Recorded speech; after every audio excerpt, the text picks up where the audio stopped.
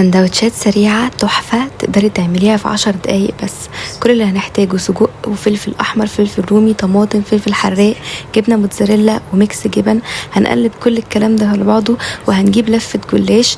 كل سندوتش هيحتاج مننا 4 ورقات. هناخد خليط كده من بيضة وشوية لبن وعليه رشة فلفل اسود، وندهن كده بالفرشة ما بين كل ورقتين، وبعدين هحط الورقتين التانيين. ادي كده 4 ورقات اهم. بعدين بقى هنزل بالحشوة بتاعتي، هنزل بشوية جبنة كيري كده هفردهم، وبعدين بقى الحشوه بتاعتي وهقفل الاطراف كويس قوي. هدهن الاطراف بالخليط اللي انا عملته، وهقفل الاطراف على بعض كده يمين وشمال. بعدين هلفها رول تتلف معايا بالشكل ده. بعدين هسخن طاسه فيها زيت وهحط بقى الرول بتاعي وهدهنه كده بالخليط اللي احنا كنا عاملينه من البيض واللبن ده.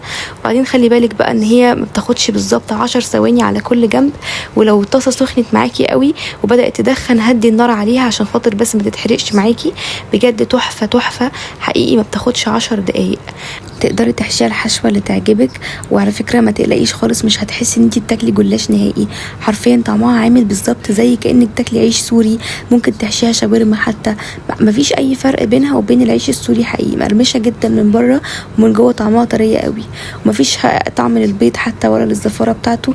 احنا كده كده حاطين عليه لبن وحاطين عليه فلفل اسود، واخده لون ذهبي وجميل جدا من كل النواحي. وحقيقي طعمها جميل جميل جميل. على فكره اللي انا ماسكاها في ايدي دي دلوقتي دي معموله بورقتين بس، مش ب4 زي الباقيين. دول كانوا اخر ورقتين فاضلين من لفه الجلاش. لفه الجلاش عملت معايا 5 سندوتشات كبار. ال5 سندوتشات دول الواحد من دول لو هتجيبيه من بره اقل حاجه هيكلفك 50 جنيه. انت عملتيه في البيت بمنتهى النظافه وطعمه تحفه، وتكلفه ال5 على بعض ما كلفتنيش 150 جنيه، يعني وفرت حوالي 100 جنيه.